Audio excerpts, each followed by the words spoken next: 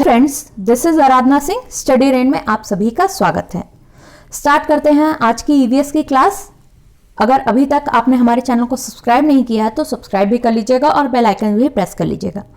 चलिए, आज हम समझेंगे कि जो 6 थीम्स हम लोगों ने कल पढ़ी थी उसमें सबसे पहला था हमारा परिवार और मित्र, फैमिली एंड फ्रेंड्स। उसमें समझेंगे परिवार क्या होता है, कितने तरह का होता है।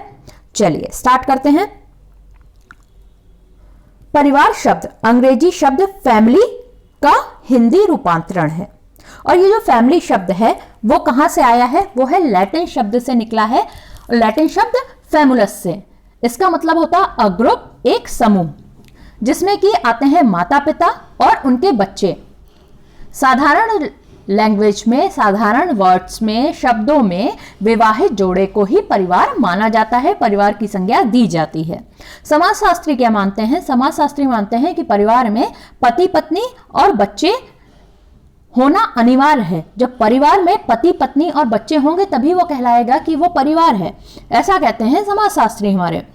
परिवार मानव समाज की सबसे प्राचीनतम, सबसे पुरानी, ओल्डेस्ट और आधारभूत इकाई है, बेसिक इकाई है, बेसिक यूनिट है, जिसमें कि पति पत्नी और उनके बच्चे तथा उनके भी बच्चे सम्मिलित रूप से एक साथ रहते हैं।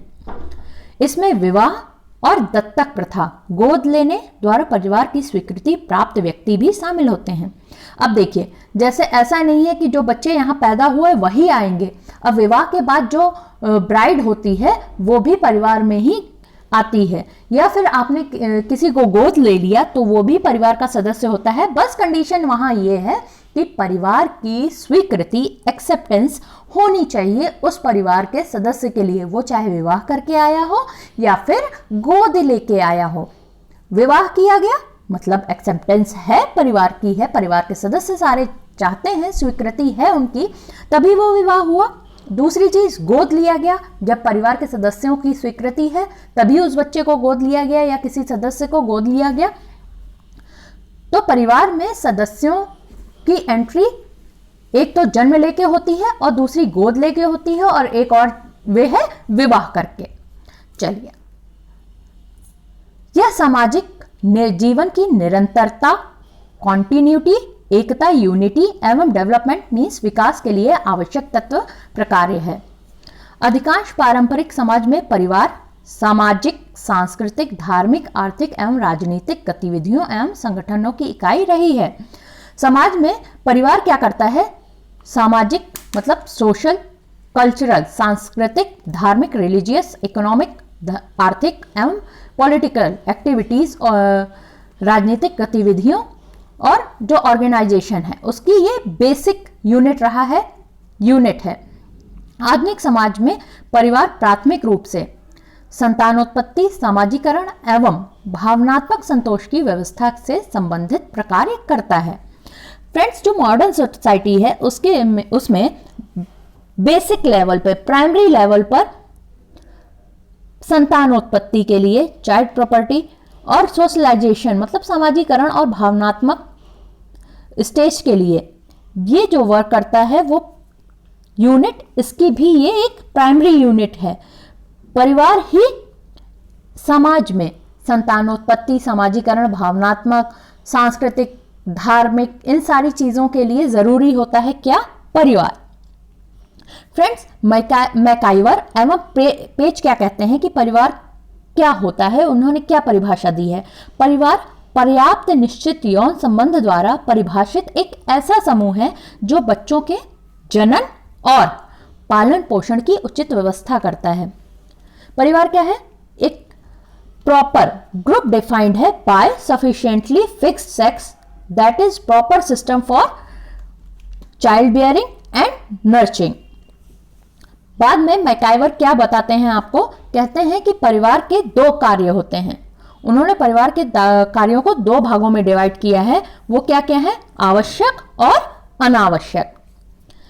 फिर आगमन और निम्काफ क्या कहते हैं? इन्होंने परिवार के कार्यों को 6 भागों में डिवाइड किया है। यहां नंबरिंग थोड़ी सी गड़बड़ हो गई है, आर्थिक भी नंबर है तो आप अपने नोट्स में डाल लीजिएगा। पहला है आर्थिक, दूसरा है प्राकृत्यात्मक, तीसरा है रक्षात्मक, फिर है आनंदपद, धार्मिक, शैक्षणिक क्रियाकलाप। इंग्लिश में देख लीजिए, economic, natural, defensive, joyful, religious, educational activities. ये होते हैं 6 कार्य, 6 वर्गों में डिवाइड करके जो बताया गया है आगबन और निम्काफ के द्वारा। आगे चलते हैं, परिवार की विशेषताएं कौन कौन सी होती हैं। मनुष्य जो है एक सोशल एनिमल है, सामाजिक प्राणी है, और परिवार के सामाजिक जीवन में सबसे बड़ी भूमिका परिवार की ही होती है। व्यक्ति जो अपना सामाजिक जीवन जीता है वो क्या होता है, उसमें मेन रोल किसका होता है, परिवार का ही होता है। परिवार में ही वो सामाजिक बनता है, सामाजिकरण उसका शुरू होता है। व्यक्ति का जन्म प्राकृतिक स्थान के रूप में परिवार में ही होता है। कल हम लोगों ने क्या पढ़ा था, उसको 6 थीम्स याद करने के लिए ये चीज हम लोगों ने याद की थी कि बच्चा कहाँ पैदा होता है, परिवार में पैदा होता है। तो देखिए उसी चीज को यहाँ डिफाइन किया गया है, व्यक्ति का जन्म प्राकृतिक स्थान के रूप में क्या बोला जाता है, परिवार में ही होता है। चलिए आगे चलते हैं। फिर है वंशानुगत संबंध। पारिवारिक जो सदस्यों के बीच वंशानुगत संबंध होते हैं, हेरिडिटी रिलेशनशिप होते हैं। दादा के गुण जेनेटिक लेवल पे या दादी के गुण आ रहे हैं, फिर बच्चे में, उनके बेटे में, उनके बेटे से उनके बच्चों में आ रहे हैं। ऐसे होता है जो वंशानुगत संबंध होते हैं। पता चला जैसे बाल दादा दादी के थे, उनके खुद के बच्चों में आए, फिर उनके बच्चों से पोता पोती में आए। ऐसे ही जेनेटिकली जीन्स आगे चलते रहते हैं और वंशानुगत जो गुण हैं वो आते रहते हैं नेक्स्ट पीढ़ी से, एक पीढ़ी से दूसरी पीढ़ी, दूसरी पीढ़ी से तीसरी पीढ़ी। आर्थिक व्यवस्था, पारिवारिक सदस्य अपने सभी सदस्यों की आर्थिक स्थिति को बेहतर करने के लिए वित्त की व्यवस्था करते हैं। मदर फादर अगर जॉब कर रहे हैं तो वो अपने लिए ही नहीं कमाते, अपने परिवार के बाकी सदस्यों के लिए कमाते हैं, अपने मदर फादर के लिए, अपने बच्चों के लिए, उनके बच्चों के लिए। तो वो किस लिए होता है, आर्थिक स्थिति को बेहतर करने के लिए। फिर वैवाहिक अनिवार्यता आती है। परिवार में संतानोत्पत्ति एवं विवाह की अनिवार्यता होती है। वैवाहिक संबंध परिवार के वंश की वृद्धि के लिए उत्तरदायी होते हैं। अगर आप परिवार में रह रहे हैं तो आपको विवाह भी करना ही है, क्योंकि विवाह के बाद संतानोत्पत्ति, संतानोत्पत्ति से क्या होता है, वंश की वृद्धि होती है, परिवार आगे बढ़ता है, आगे आने वाली पीढ़ियां आती हैं। सामाजिक सुरक्षा, सामाजिक सुरक्षा की मूलभूत इकाई पारिवारिक अंग के रूप में सभी सदस्य सुरक्षित महसूस करते हैं। क्यों, ऐसा क्यों होता है, और उनके विकास के लिए भी महत्वपूर्ण है। अगर कुछ लोग अकेले रह रहे हैं तो उनको वो जो मानसिक संतुष्टि होती है उस लेवल पे भी अच्छे होते हैं। अगर कोई थ्रेट है तो वो परिवार में आकर सुरक्षित होते हैं। वो उनको अपने परिवार के सदस्यों से खतरा नहीं होता, उनको लगता है अगर बाहर से कोई थ्रेट आ रहा है तो वो अपने परिवार में सुरक्षित हैं। परिवार की अन्य विशेषताएं, सदस्यों का उत्तरदायित्व। जो परिवार के मेंबर्स होते हैं आपस में एक दूसरे के लिए उनकी बहुत ज़्यादा रिस्पॉन्सिबिलिटी होती है, एक दूसरे के लिए वो रिस्पॉन्सिबल होते हैं। अनिवार्य सदस्यता, अब परिवार में जितने भी सदस्य हैं वो उसी परिवार के सदस्य होते हैं, इसलिए उनकी सदस्यता जो हो जाती है वो अनिवार्य हो जाती है। सामाजिकरण, परिवार जो है सामाजिकरण की मूलभूत इकाई है। व्यक्ति का जो सामाजिकरण है वो कहाँ से शुरू होता है, परिवार से ही शुरू होता है उसका। सामाजिकरण नियंत्रण का प्रभावी साधन होता है। सामाजिक जो कंट्रोल है, सोशल कंट्रोल है, उसका एक इफेक्टिव टूल क्या है, परिवार। परिवार समाज की मौलिक इकाई है, बेसिक यूनिट है, ये चीज हम लोग डिस्कस कर चुके हैं। बच्चों का लालन पालन कहाँ होता है, परिवार में ही होता है और प्रॉपर हो पाता है। दीर्घकालिक समूह है, बहुत लंबे टाइम तक के लिए ये ग्रुप होते हैं। ऐसा नहीं है कि आज परिवार में है कल टूट जाएंगे फिर दूसरा परिवार हो जाएगा, ऐसा नहीं है। ये जो परिवार है वो दीर्घकालिक समूह है। एक निवास स्थान, एक ही निवास स्थान पर रहते हैं। ट्रांसफर बेसिस पे किसी की जॉब हो वो बात अलग है, लेकिन ऐसा नहीं होता कि आज यहाँ है तो कल वहाँ है, परसों वहाँ है। वो भी एक टाइम पीरियड तक एक फिक्स निवास उनका होता है। जनरली जो होता है परिवार का एक फिक्स निवास होता है जहाँ पर वो अपने परिवार को एजुकेशन प्रोवाइड कराते हैं, बाकी सुख सुविधा प्रोवाइड कराते हैं। रक्त संबंधों का बंधन नेक्स्ट आता है। आपस में पारिवारिक सदस्यों में ब्लड रिलेशनशिप होता है। फिर आता है सर्वकालिक एवं सार्वभौमिक संस्था। सर्वकालिक मतलब आज से 4000 साल पहले भी परिवार की व्यवस्था थी, आज भी है और आज से हजारों साल बाद तक भी रहेगी परिवार की व्यवस्था। सार्वभौमिक है, यूनिवर्सल है, हर जगह मिलेगी आपको परिवार की व्यवस्था। इंडिया में आप हर स्टेट में चले जाइए, कहीं भी चले जाइए, आपको परिवार मिलेगा। इवन इंडिया में ही नहीं, इंडिया के बाहर भी आपको परिवार मिलेंगे। तो ये जो है सार्वभौमिक संस्था है, हर जगह आपको मिलती है, यूनिवर्सल आपकी संस्था है। ये भावनात्मक लगाव, जो परिवार के सदस्य हैं उनमें आपस में भावनात्मक लगाव होता है, अपनत्व की भावना होती है, अपनापन होता है। फिर आते हैं मजूमदार एवं मदान। ये क्या कहते हैं? परिवार की 4 विशेषताएं इन्होंने बताई है। कौन कौन सी है? संस्थागत यौनाचार, नामकरण द्वारा वंश निर्धारण, और फिर आता है आर्थिक इकाई, और लास्ट है संयुक्त निवास। जितने भी परिवार के सदस्य हैं सब एक साथ रहते हैं, संयुक्त निवास करते हैं। अब चलते हैं, देखते हैं परिवार का वर्गीकरण कैसे होता है। मानव समाज के विकास के साथ ही परिवार के अनेक रूप अस्तित्व में आए। परिवार के एक ऐसे अनेक रूपों के लिए स्थान की भौगोलिक, आर्थिक एवं सांस्कृतिक परिस्थितियां महत्वपूर्ण सिद्ध हुई हैं। अब जो फ्रेंड्स परिवार का वर्गीकरण हुआ वो किस किस आधार पर हुआ? कुछ संख्या के आधार पर हुआ तो कुछ विवाह के आधार पर हुआ। वही चीज चलिए देखते हैं। पहला है संख्या के आधार पर परिवार। नंबर्स कितने हैं परिवार के सदस्यों के उस परिवार में, उस अकॉर्डिंगली परिवार का डिवीजन हुआ। निवास के आधार पर, फिर अधिकार के आधार पर, उसके बाद है उत्तराधिकार के आधार पर, और लास्ट विवाह के आधार पर। अब चलिए पहला देखते हैं कि संख्या के आधार पर परिवार का वर्गीकरण जो हुआ उसके कितने डिवीजन हुए, वो कौन कौन से होते हैं। पहला है यहां पर ज्वाइंट फैमिली, संयुक्त परिवार। दूसरा सिंगल फैमिली, एकल परिवार, और फिर लास्ट है एक्सटेंडेड फैमिली, विस्तृत परिवार। अब चलिए आगे चलते हैं, देखते हैं सबसे पहला जो आपका नंबर के आधार पर या संख्या के आधार पर आई है उसमें डिवीजन जो हुआ है ज्वाइंट फैमिली का, वो क्या होती है। भारतीय सामाजिक जीवन का मुख्य आधार संयुक्त परिवार ही है। संयुक्त परिवार में 2 से 3 पीढ़ियां के जो सदस्य होते हैं वो शामिल होते हैं और एक दूसरे से संपत्ति, आय तथा पारस्परिक अधिकारों एवं कर्तव्यों से जुड़े रहते हैं। ये सारी चीजें वो आपस में शेयर करते हैं। एक तरह से आप सोच लीजिए, संयुक्त परिवार में माता पिता होते हैं। कौन कौन होता है? माता पिता, पुत्र पुत्री, भाई बहन, पुत्र वधू एवं उनके बच्चे, चाचा चाची, दादा दादी आदि एक साथ एक ही घर में रहते हैं।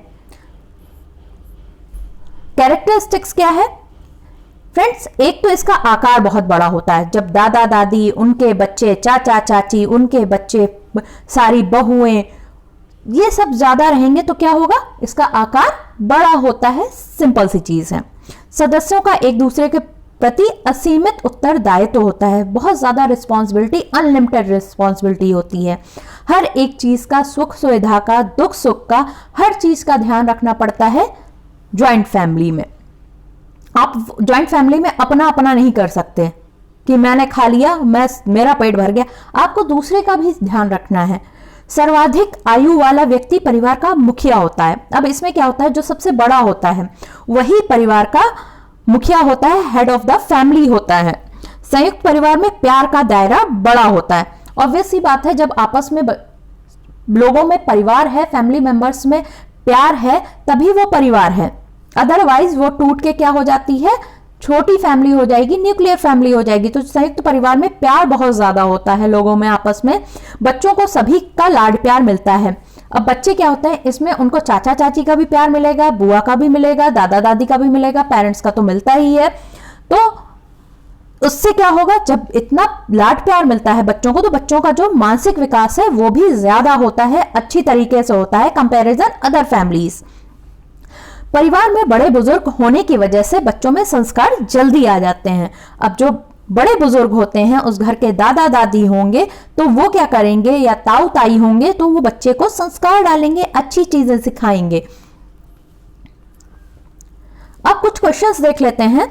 बच्चों का सामाजिकरण सर्वप्रथम किसके द्वारा होता है? The socialization of children is first done by, options क्या हैं? परिवार द्वारा, बाय फैमिली, शिक्षा द्वारा, बाय एजुकेशन, मित्रों द्वारा, बाय फ्रेंड्स, रिश्तेदारों द्वारा, बाय रिलेटिव्स। तो फ्रेंड्स इसका आंसर है ऑप्शन ए, परिवार द्वारा। चलिए अगला क्वेश्चन देखते हैं। What is the basic unit of society? समाज की बुनियादी इकाई क्या है? हम लोगों ने डिस्कस किया था, तो चलिए ऑप्शंस भी देख लेते हैं। ऑप्शन ए पुरुष, बी महिला, सी बच्चे, डी परिवार। तो फ्रेंड्स, समाज की बुनियादी इकाई क्या है? फैमिली, परिवार। चलिए नेक्स्ट क्वेश्चन है, what are the advantage of a nuclear family? मूल परिवार के क्या लाभ हैं? जो न्यूक्लियर फैमिली है उसके लाभ क्या हैं? ऑप्शन ए है व्यक्तित्व का विकास, ऑप्शन बी बच्चों की कम संख्या, ऑप्शन सी 1 और 2 दोनों, और डी समस्याओं से भरा होता है। फ्रेंड्स, जो न्यूक्लियर फैमिली होती है उसमें ऑब्वियस सी बात है बच्चों की संख्या कम होती है, क्योंकि उसमें माता पिता और उनके सिर्फ बच्चे होते हैं।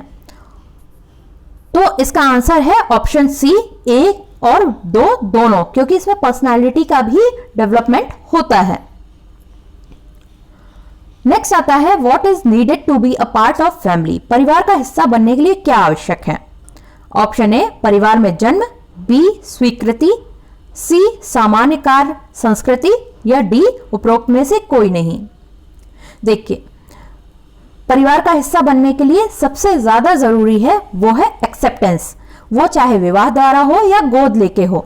तो इसका आंसर होगा friends option B acceptance. Thank you friends, आज के लिए इतना ही। आप हमसे फेसबुक और टेलीग्राम पर भी जुड़ सकते हैं। अगर अभी तक हमारे चैनल को सब्सक्राइब नहीं किया है तो चैनल को सब्सक्राइब करने के बाद बेल आइकन जरूर प्रेस कर लीजिएगा, और वीडियो समझ में आया हो, अच्छा लगा हो तो लाइक का बटन जरूर प्रेस कर दीजिए। थैंक यू, जय हिंद।